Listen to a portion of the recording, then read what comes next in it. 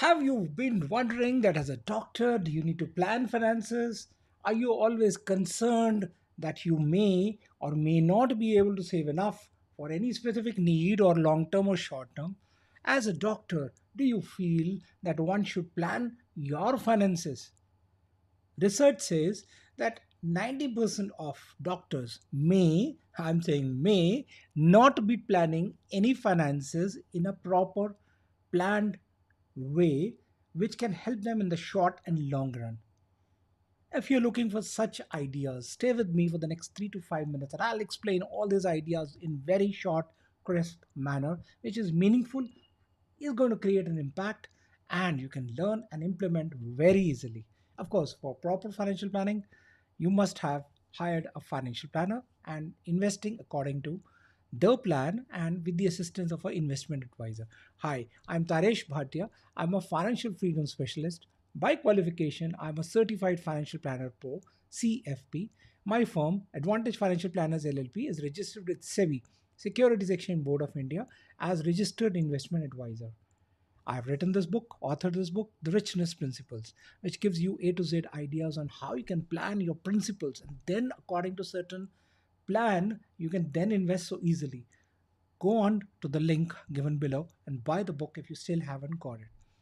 Let me start with the ideas and how you can implement these ideas so effectively.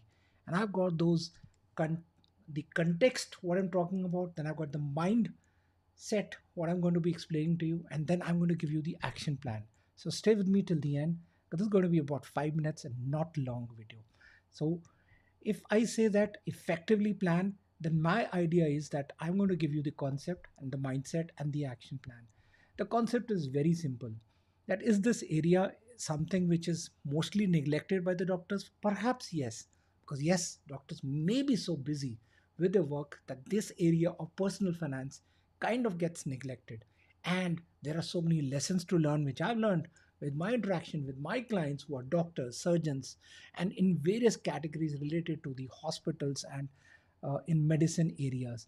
And these are the lessons which I'm going to share today with you. And some of the learnings is what I've learned from various sources.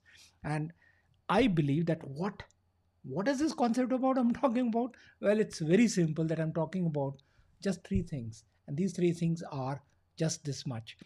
You have to plan everything according to your resources, according to goals which you need to set up, and there has to be some process which needs to take the goals onto a timeline and say, okay, this is what I've done in the past, this is what I need to do in the future, and these are my goals going ahead, and this is what I've invested.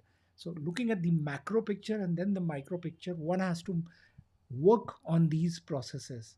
If they work and the processes are clear to you, let's go on to the second part, which is mindset. Now, why I'm talking about a mindset? Because what I'm trying to say is this whole concept so complex that one plans, one thinks that this is actually not required, and you start wondering, let me not do anything because I don't know that I don't know and I don't know. And on these lines, you may be making some mistakes, and I'm going to pinpoint certain mistakes which I have found people are making in the field as a doctor, specifically for doctor.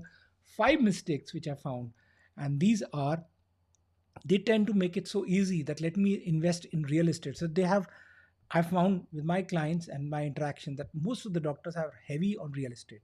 Whether it could be, planning for a small clinic, then a big clinic, then a bigger clinic, then a mini hospital, then a bigger hospital. So they go on buying real estate thinking this is their investments. I'm talking about personal finance, I'm not talking about business. So that needs to be separated. Then the second one is they go on taking loans because they are investing in real estate. So they go on taking loans, whether it's for machines, MRIs, CTs, or hospital and infrastructure. So they go heavy on loans. And third is that they don't know how much risk they should be taking when they're taking such loans, when they're going into real estate, whether they should be going into something else. And they tend to have lesser risk planned, and they don't know whether they're taking high risk, and they need to identify how much risk appetite they have. And all these decisions suddenly happen ad hoc. Ad hoc means they're not with in consultation with a professional financial planner like a doctor, a surgeon. I mean, highly qualified, who's spent years and years of studying and experience, and now is in a field of earning high, good incomes.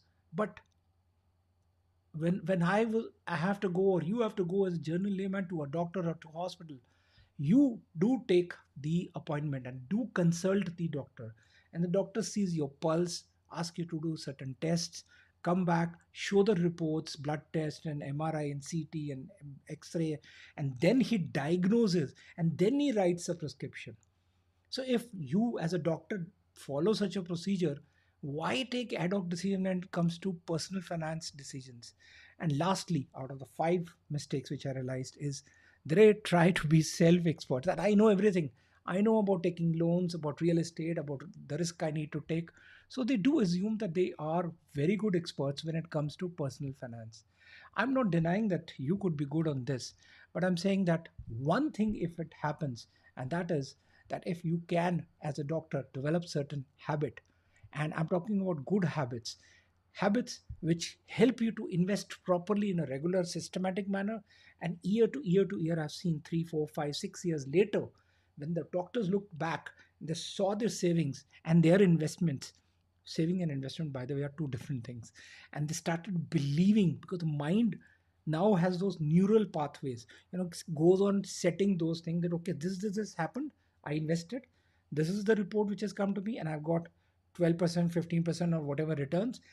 This does work, and you start then taking that belief systems into your mind, and that becomes a pathway that if this works, I'm going to do more. So unless you get into the habit, a discipline, uh, nothing is going to be changing. And perhaps I would say, what do you need to do? Well, you need to do three things. Number one is, so I make notes. This is live on Facebook, Insta, Twitter, and Facebook, YouTube, Insta, and LinkedIn. Four places I'm doing this live today. So make notes. Contingency plan is what you need to plan first and put that money aside. I would recommend 6 months to 12 months of your basic household expenses. Set it aside. That's not investments. Number two is once you've put it aside, now make priority of retirement planning. One of the goals I'm suggesting to make retirement, let's say you need 2 crores, 5 crores, let the financial planner decide how much you actually need. And the final is that once you've done these two in the priority, now plan cash flow. And what do I mean by cash flow? When would you need money for various financial goals? Whether it's 3 months, 6 months, 1 year, 2 year, 5 year, 10 year, or 20 years. You want to buy a car, you want to buy a bigger home, you want to plan a vacation. So this is cash flow which you need to see now with the financial planner, that 20 years later, if I retire and I don't want to work at age 50, 55, 60, whatever age you decide, how much money do I need for having cash flow for the rest of my life or my spouse after me? So you need to identify the need. I'm not talking of want right now. So you understand, this is the mindset I'm talking about, these aspects. Once this becomes clear, then only you go to what I'm going to explain to you, the action plan. So make notes. The action plan is very simple, and I'm going to talk about two things here: what do you need to do, how it is done, and where to do. So let's take part one, how. So plan first, make a plan first, that what you need to be doing, is it in synchronization with the goals which I mentioned. And how you're going to do is you need to identify your short term, your long term, and then say that I have identified, and now I need to assess my risk appetite. Are you a conservative investor or an aggressive investor? Do you understand how mutual funds work, equities work, real estate work? So you need to understand whether you need to be aggressive or you need to be conservative, and that's a profile which you have developed over the years. I'm not asking you to become highly aggressive right now or highly conservative. Work on your profile with your financial planner, and that plan will tell you that where you need to be investing right now. Like an architect who first gives you a blueprint, the financial plan will give you that blueprint and tell you, okay, this is what you need to do for what particular goal, for what time horizon, and the risk appetite taken into account. A good financial planner would not put you to high risk equity all and not diversified equity mutual funds unless he's understood your risk appetite. So if risk appetite is clear, where you will ask me, where do I invest, Taresh?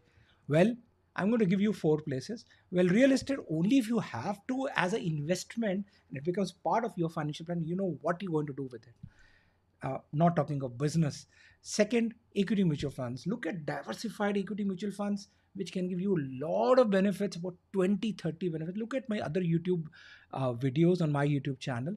You will understand diversified equity mutual funds, not just one or two, not just 10 or 15, but 2, 3, 4, 5, diversified, and they are well managed. So that's very important. The financial planner will tell you what are the best mutual funds for you, depending on your risk profile, the time horizon, and the goals. Also, debt mutual funds, because your contingency plan and your immediate goals should go into debt mutual funds next 3 months, 6 months, 1 year, so that you're not going to be bogged down with the ups and downs of the market. You can ride the roller coaster so easily. And finally, put 5 or 10% of your total money which you're investing into gold mutual funds, which go with up and down of the gold. But last 20, 30 years of Indian investment scenario industry has shown that gold mutual funds have given a return of easily 10 to 12. So if it has given 10 to 12, it's a very good hedge. It's a very good hedge against inflation. So if inflation is high, the stock markets are going down, the gold mutual funds go up. So it's inversely proportional to the mutual funds market in equity side.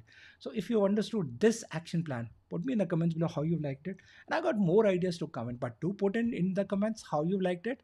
This is especially for doctors, and I'm making for every kind of professional. Do watch, do go and buy the book, The Richness Principles, so that you know what I'm talking about, these ideas which I'm talking about, and so that you can be also planning well for your finances. Thank you very much. This is Taresh Bhatia, your financial freedom specialist. I was live on Facebook, Insta, Facebook, LinkedIn, Twitter, and YouTube. I was live, and this was a live recording, live play, and I'm live right now. If you want to catch up with me, do go into the comments and let me know how you like the video. Do share, like, comment, and do subscribe to my YouTube channel. Thank you very much. This is Taresh, your financial freedom specialist, who knows what to talk to you and when to talk to you, and so that you are not always lost that where is Taresh. So I'm here around and you can easily connect with me. Thank you very much. Do buy the books, The Richness Principle. The link is given below. Thank you.